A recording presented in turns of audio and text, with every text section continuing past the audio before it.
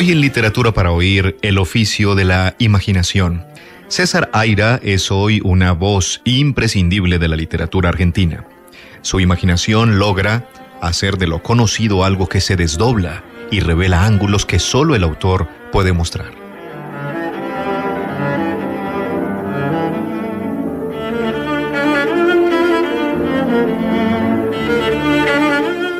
El todo que surca la nada. Al gimnasio van dos señoras que charlan sin parar, ocasionalmente con otros, entre ellas todo el tiempo.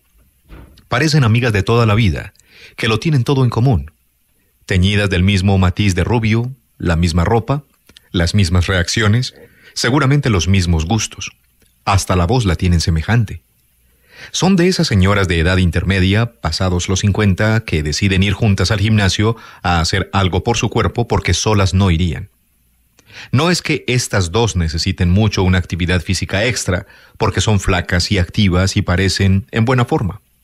Señoras de barrio, sin nada especial, como no sea la locuacidad que está lejos de ser una rareza.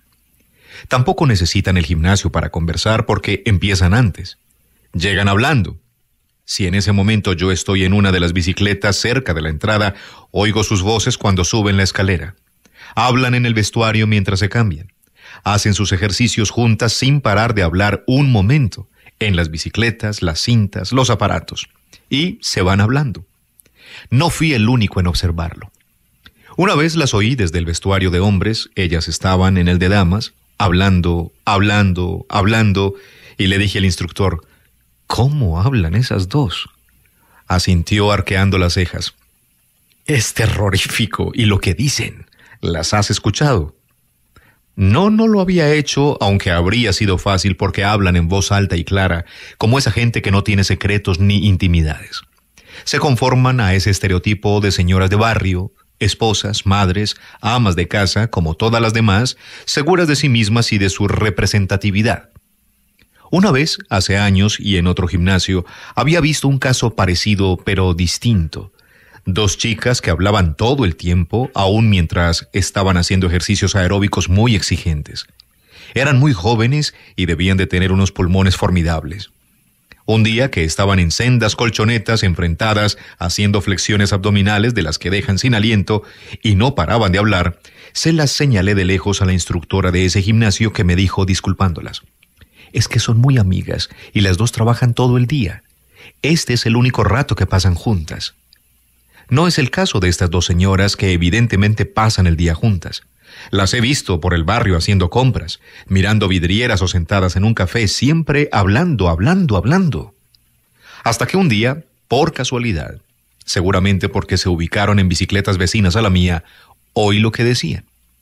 No recuerdo qué era, pero sí recuerdo que me causó una impresión rara, de una rareza que no pude definir en el momento, pero que de algún modo, inconsciente y más bien desganado, después de todo a mí que me importaba, me prometí explicarme.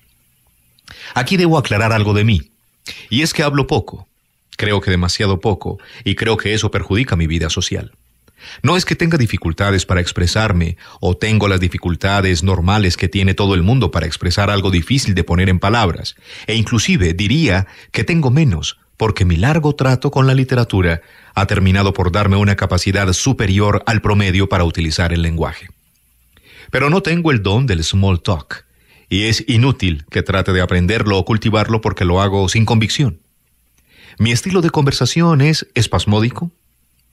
Alguien lo calificó una vez de ahuecante. A cada frase se abren vacíos que exigen un recomienzo. No puedo mantener una continuidad. En pocas palabras, hablo cuando tengo algo que decir. Supongo que mi problema, cuyas raíces bien podrían estar en ese largo trato con la literatura, está en que le doy demasiada importancia al tema. Conmigo nunca se trata solo de hablar, sino de qué hablar. Y el esfuerzo de evaluar los temas mata la espontaneidad del diálogo.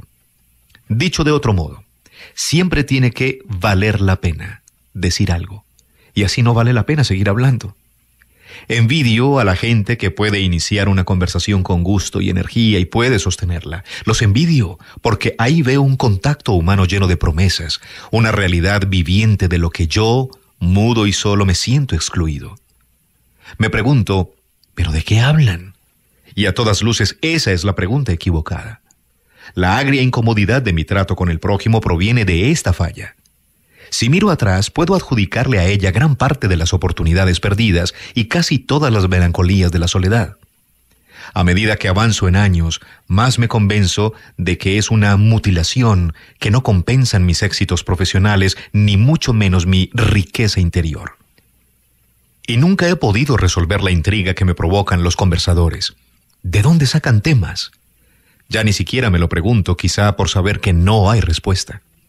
No me lo preguntaba respecto de estas dos señoras y sin embargo recibí una respuesta tan inesperada como sorprendente, tanto que abrió ante mí un abismo pavoroso. De pronto, en el fluir incesante del diálogo, una le estaba diciendo a la otra: le dieron los resultados de los análisis a mi marido y tiene cáncer. Pedimos turno con el oncólogo. Eso lo registré y me puse a pensar. Por supuesto, creí haber oído mal, pero no era así. No sé si reproduzco las palabras exactas, pero era eso lo que decía una de ellas y su amiga le respondía con la debida simpatía y preocupación, pero sin demasiada sorpresa, sin soltar gritos o desmayarse. Y sin embargo la noticia era de grueso calibre. Demasiado como para intervenir en la conversación de un modo casual, en medio de otros datos y en plano de igualdad con ellos. Me constaba que las dos llevaban una hora larga en el gimnasio y habían estado hablando todo el tiempo. Además habían venido juntas, lo que significaba que la charla había empezado un buen rato antes. O sea que habían estado tocando 10, 20, 30 temas antes de que le llegara el turno a este tan trascendente. Barajaré varias posibilidades. Quizás la afectada había venido reservando deliberadamente este asunto fundamental para lanzarlo como una bomba en cierto momento. Quizás había estado reuniendo fuerzas para decírselo a su amiga. Quizás una especie de pudor la había retenido hasta que el tema salió por sí solo.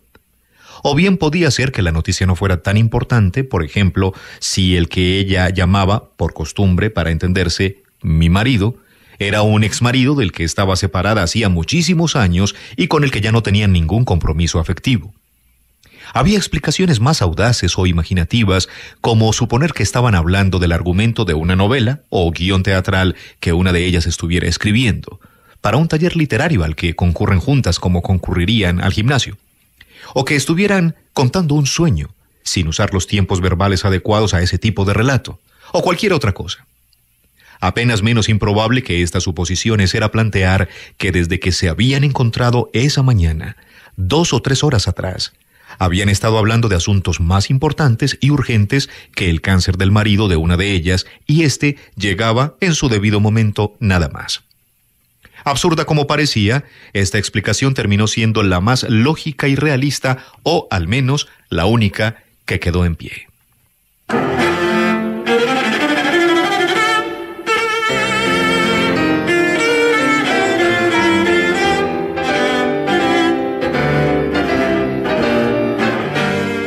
En el curso de estas reflexiones yo había recordado la ocasión anterior en la que las había oído y la sensación difusa de extrañeza que me había causado.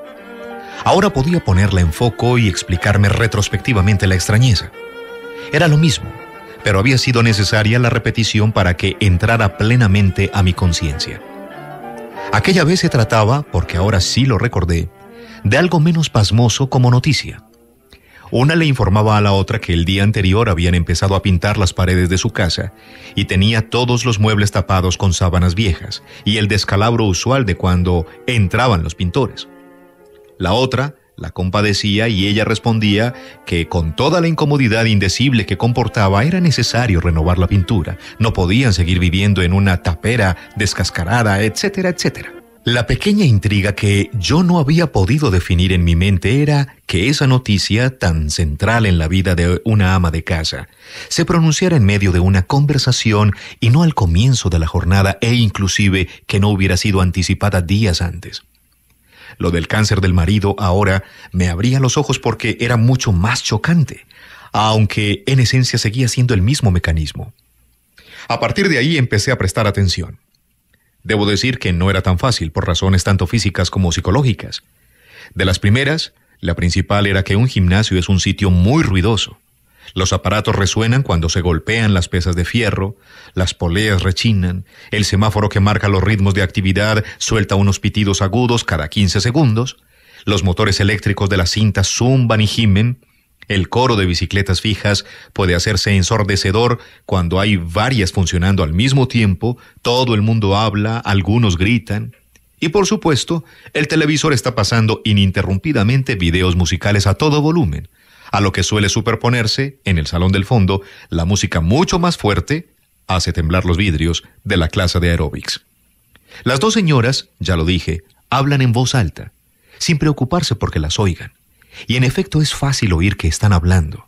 Lo que no es tan fácil es oír qué están diciendo, salvo que uno esté muy cerca.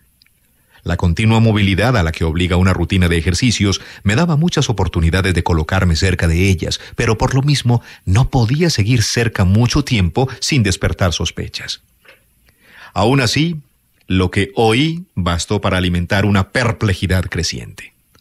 No importaba la hora o el momento que estuvieran llegando o oyéndose, a la mitad de su rutina o en el vestuario o en las camillas de masaje con rodillo, siempre se estaban dando noticias importantes y comentándolas con la debida avidez. Y si en un mismo día yo las oía 2 o 3 o 4 veces, extremando mis maniobras de acercamiento, era otras tantas noticias importantes, demasiado importantes para que siguieran apareciendo después de horas de conversación. Pero aún así, eran la única materia de conversación. Con la tormenta de anoche, se cayó el árbol del fondo de casa y me aplastó la cocina. Ayer nos robaron el auto. Mañana se casa mi hijo. Murió mamá. Eso no era small talk, de ninguna manera. Pero en realidad yo no sé lo que es el small talk. Creía saberlo, pero ahora, al dudar de su existencia, ya no lo sé. Si el caso de estas dos señoras puede generalizarse, entonces es posible que cuando la gente habla, lo hace porque tiene algo que decir, algo que vale la pena decir. Empiezo a preguntarme si existirá el hablar por hablar, si no será un mito que yo me había inventado para disimular mi falta de vida, que en el fondo es una falta de temas.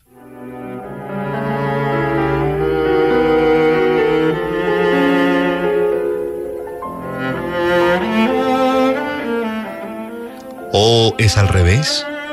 ¿No serán estas dos señoras el mito que yo he inventado, salvo que ellas existen? Vaya si existen. Las veo y las oigo todos los días. Y no solo existen en el campo magnético del gimnasio. Como dije, las he visto y oído hablar en la calle también. Ayer al atardecer justamente había salido a caminar y me las crucé, salían de una perfumería charlando animadamente. Alcancé a oír un par de frases al pasar. Una le estaba diciendo a la otra que el día anterior había tenido una discusión con la hija y que ésta había terminado anunciándole que se iba a vivir sola. Eran las 7 de la tarde y ellas habían estado juntas y hablando todo el día. Por la mañana habían estado en el gimnasio. Descarto la posibilidad de que digan esas cosas para mí, no solo porque sería una broma demasiado complicada y sin objeto, sino porque ellas no han registrado mi existencia ni falta que les hace. La respuesta a mis preguntas sería hacer una lista de todos los temas que tocan en un día y ver si siguen una progresión descendente de importancia, como lo ordenaría el verosímil más elemental. Yo estaría en condiciones casi inmejorables para hacerlo, porque las tengo a mi alcance a primera hora de la mañana en el gimnasio durante 2 horas largas. Pero no lo hice, ni lo voy a hacer. Ya mencioné los obstáculos físicos que se interponen y dije que también había razones psicológicas. Estas razones se resumen en una sola: el miedo. Miedo a una cierta clase de locura. Hay una ordenanza municipal por la que los taxis de Buenos Aires no pueden transportar animales. Como todas las demás leyes en nuestro país, esta es a la vez letra muerta y letra viva. Con el hambre que hay, si una señora le pide al taxista que la lleve con su perrito faldero, hay 10 probabilidades sobre 10 de que se salga con la suya. Pero la ley sigue vigente, haciendo presión sobre las conciencias como premisa fabulosa de cautela. Una de esas inerradicables leyendas urbanas cuenta que una vez una señora subió a un taxi con un mono tití disfrazado de bebé, con batita, escarpines, pañales y chupete, Y el taxista no se dio cuenta del engaño hasta que el mono de un mordisco le arrancó media oreja. Como mucho habrá pensado con la típica vulgaridad del resentido esclavo del volante, pobre mina, qué feo le salió el pibe. Alguien me dijo una vez que hasta con una cabra se puede viajar en taxi, sin más trámite que comprometerse a tenerla aplastada contra el piso y en todo caso ofrecer una propina. A esa inmensa laxitud se llega en materia de obediencia a la legislación autónoma. Y sin embargo, un taxista puede negarse a subir un pasajero que lleva una planta. Insólito, pero verídico, como cualquiera puede atestiguarlo. Y no me refiero a un árbol o a un rododendro de 6 metros de circunferencia. Una plantita cualquiera, en una maceta o en una bolsa, un orégano, una orquídea prendida a un pedazo de viejo tronco, un bonsái. Y ahí, si se les ocurre, pueden ser inflexibles. No valen protestas ni razonamientos. Los taxistas se sienten investidos del poder de la ley y dejan a pie al pasajero con la plantita, aunque sea un anciano o una madre con niños pequeños y encima embarazada, o un minusválido, o esté lloviendo. Por supuesto que la ley no dice nada de plantas, habla solo de animales, y la extensión de la prohibición al reino vegetal es un patente abuso injustificable. Pero es así. Se produce una superposición de lo que es y lo que debe ser. Aunque sean contradictorias, las dos cosas persisten en la realidad al mismo tiempo. La misma superposición por simultaneidad se manifiesta más clara en el siguiente intento de responder a la pregunta: ¿cuántos taxis hay en Buenos Aires? Hay muchísimos. Basta con salir a la calle para convencerse. Si uno quisiera saber el número, podría preguntar, investigar, inclusive ir a consultar el padrón automotor de la ciudad, que supongo que debe ser del dominio público. Pero el cálculo puede hacerse también sin preguntar, sin hablar, sin moverse del escritorio. Basta con deducirlo de un hecho del dominio público. Cada tanto, en realidad, con llamativa frecuencia, aparece en los diarios la noticia de que un taxista honesto ha encontrado olvidado en su vehículo un maletín con $100,000 y se lo ha devuelto a su dueño, al que ha localizado con mayor o menor esfuerzo. Es un clásico de la información. El dinero en juego puede ser más o menos, pero siempre es una suma que le solucionaría todos sus problemas a un taxista o a cualquier miembro de la clase media lectora de diarios. De ahí el impacto del hecho, lo exorbitante del precio que se cobra la honradez. Supongamos, inaugurando la serie de mínimos con la que me propongo realzar la credibilidad del cálculo, que en Buenos Aires tal cosa sucede una vez por año nada más. Pues bien, si miramos los taxistas ocupados que circulan por la calle, podemos preguntarnos, para empezar, ¿cuántos están transportando a pasajeros que llevan consigo maletines con $100,000 en efectivo? Necesariamente tienen que ser muy pocos. La generalización de la operatoria financiera mediante cheques, giros, tarjetas y transferencias electrónicas ha vuelto bastante anacrónica la manipulación de billetes. Yo nunca he subido a un taxi ni a ninguna parte con esa cantidad de dinero encima, ni conozco a nadie que lo haya hecho, pero hay que admitir que existe gente que lo hace. Aún dejando de lado lo ilegal o lo delictivo, puede tratarse de empleados de grandes empresas que pagan los sueldos en efectivo o gente que hace alguna operación inmobiliaria o una inversión bursátil, en fin, no me incumbe. Digamos, quedándonos cortos otra vez, cortísimos, que 1 de cada 1,000 pasajeros de taxis lleva esa cantidad encima. Ahora, tomando ese universo restringido, preguntémonos cuántos de esos pasajeros que viajan en un taxi con $100,000 en un maletín pueden dejárselo olvidado. Si fuera yo, no me lo olvidaría. Ya fuera mío el dinero, ya fuera ajeno, no sé en qué caso me cuidaría más. Realmente es el colmo de la distracción. Hoy día, digan lo que digan, no hay nadie indiferente al dinero, sobre todo tratándose de grandes cantidades, de modo que bien podría calcularse que no más de 1 de cada 1,000 pasajeros que toman un taxi con $100,000 se los dejan olvidados. Quizás sea más que uno, por ese conocido mecanismo psicológico que hace que cuanto más se preocupe uno por algo, peor le sale. Pero si exagero en este rubro, queda compensado por lo corto que me quedé en el anterior. Pues bien, tomando el universo ya muy restringido de los taxis, en los que alguien se ha olvidado esa enorme cantidad de dinero, Queda por calcular cuántos taxistas tendrían el gesto de suprema honestidad de localizar al dueño y devolvérsela. Esto ya es más delicado, y supongo que el cálculo se inclinará según la idea que se haga cada uno de la naturaleza humana. Hay quienes dirán que nadie es tan honesto. Otros pensarán que esa es una idea abstracta, y que puestos en el trance de la circunstancia real, la mayoría optará por quedar bien con su conciencia.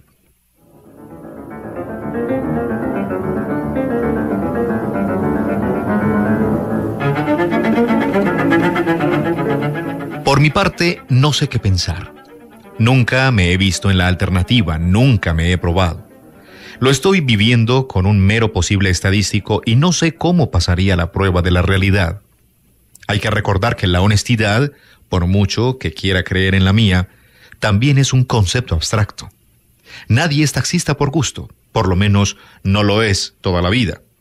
Es un trabajo duro, y $100,000 deben de equivaler hoy a 20 años de taxi. Pesando los pros y los contras, yo diría que en promedio, de cada 1,000 taxistas puestos en esta disyuntiva, 1 devolvería el botín y los otros 999 no. Obtenidos estos números, invirtiendo el proceso, se obtiene la cantidad de taxis necesarios para que se dé un caso de que un taxista honesto devuelva los $100,000 olvidados en su vehículo por alguien que viajaba en él con esa cantidad encima. Como el caso se da en la realidad, y con bastante frecuencia, el resultado es 1,000 millones. Se lo obtiene de multiplicar 1,000 por 1,000 por 1,000. Con lo cual queda respondida la pregunta inicial. En la ciudad de Buenos Aires hay 1,000 millones de taxis. Es decir, a la vez los hay, por la persuasión del cálculo, que es impecable, y no los hay. ¿Cómo iba a haber 1,000 millones de taxis en una ciudad de 10 millones de habitantes? Es simultáneo. Con este resultado, solo en apariencia paradójico, doy por terminadas las anotaciones que me proponía hacer en mi viaje a Tandil, donde llegué esta tarde. Antes de iniciar el diario de mi estadía en esta bella ciudad serrana, resumiré en pocas palabras las circunstancias que me trajeron a ella.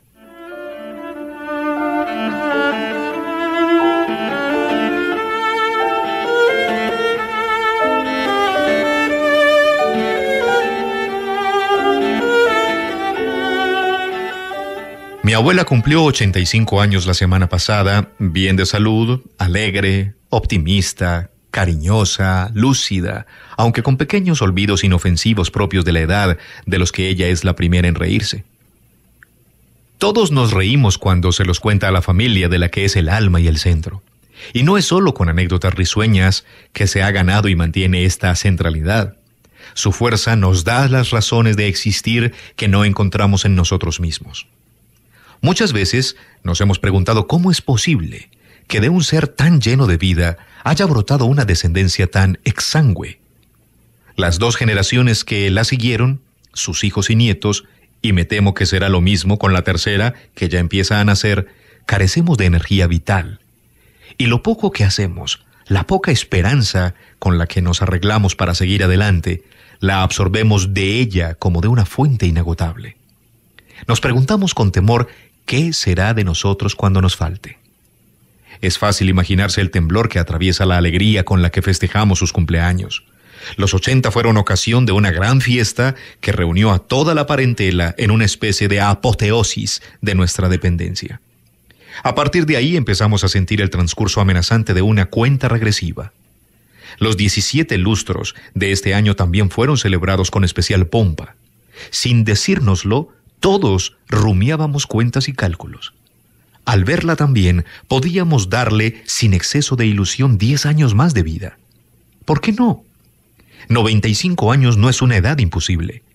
Y aún admitiendo una lógica declinación de su parte, 10 años era un plazo considerable, quizás suficiente, para que encontráramos nuestro camino y nuestra felicidad y dejáramos de necesitar de su vitalidad para seguir manteniendo nuestro simulacro de existencia humana. El día anterior al aniversario, una de mis tías le preguntó si no iba a jugarle a la quiniela el número de años que cumplía. Estuvo vacilando un poco, por coquetería. Tuvieron que insistirle. No todos los días se cumplen 85 años. Era cierto, como es cierto que mi abuela es una empedernida quinielera que no deja escapar número. Una vez la atropelló un auto y le fracturó una tibia, y aún en medio de la conmoción y el dolor, tuvo la presencia de ánimo de registrar los 2 últimos números de la chapa patente del auto, y antes de que la metieran al quirófano, mandó a un hijo a que se lo jugara y ganó. Los 2 meses que estuvo con la pierna enyesada, se los pasó contándole el suceso a todo el mundo. De modo que el día antes, en su habitual ronda de compras por el barrio, pasó por la agencia de quiniela a hacer su jugada.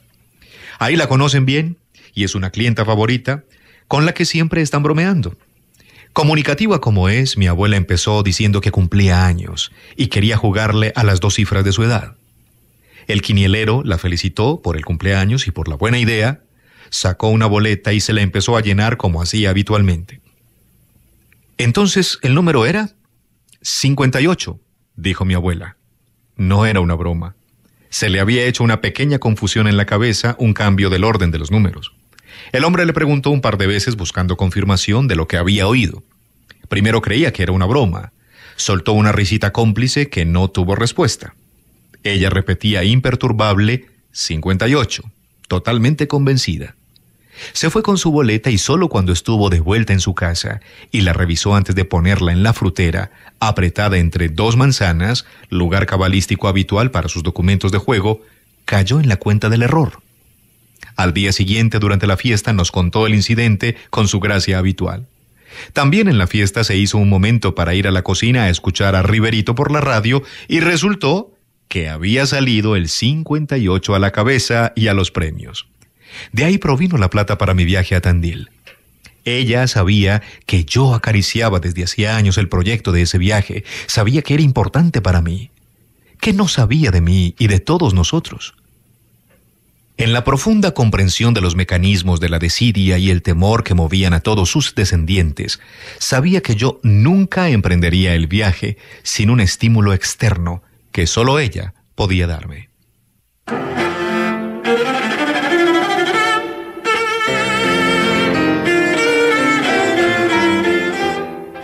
Hoy en Literatura para Oír, El oficio de la imaginación. César Aira, Argentina.